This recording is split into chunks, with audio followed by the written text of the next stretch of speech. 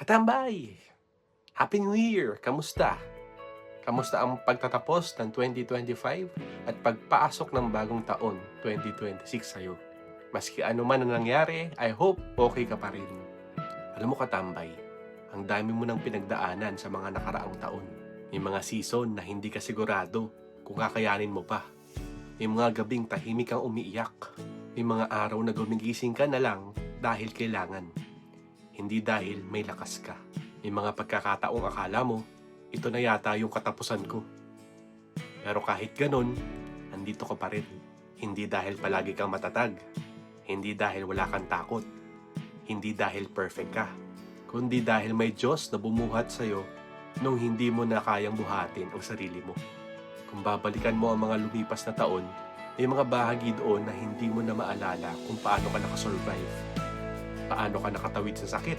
Paano ka bumangon mula sa pagkabigo? Paano ka nagpatuloy kahit ubos ka na? Ang sagot, simple lang Katambay. Hindi mo ginawa yun mag-isa. May kamay na humawak sa'yo kahit hindi mo ramdam. May lakas na dumating kahit wala ka ng lakas.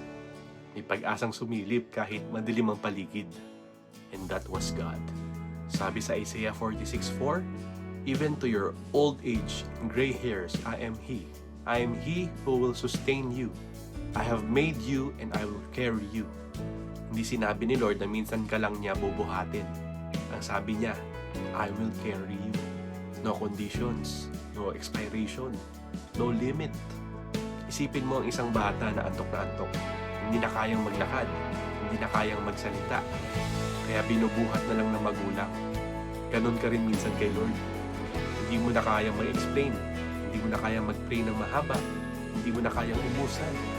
Kaya binuhat ka niya. Hindi ka niya iniwan kahit magulo ka. Hindi ka niya binitiwan kahit nadapa ka. Hindi ka sinukuan kahit ikaw mismo ay sumusuko.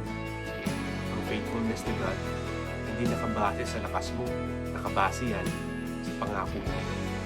Kaya Katambay, kung may isang bagay kang pwedeng ipagpasalamat kayo, ito yun. Hindi ka nag-iisa sa journey mo. Hindi ka naglakad mag-isa. Hindi ka nabuhay mag-isa. At ngayon, nandito na ang 2026. The same God who carried you through the years will still be with you this 2026. Fear not. Do not be dismayed. For the Lord your God is with you. Hindi siya napagod. Hindi siya umalis. Hindi siya nagbago. Kung binuhat ka niya noon, bubuhatin ka pa rin niya ngayon at sasamahan ka niya sa bawat hakbang ng 2026.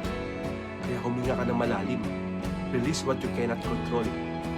Entrust your fears, your plans, and your heart to God. Kapit lang Katambay, hindi ka nag-iisa. Kasama mo ang Diyos.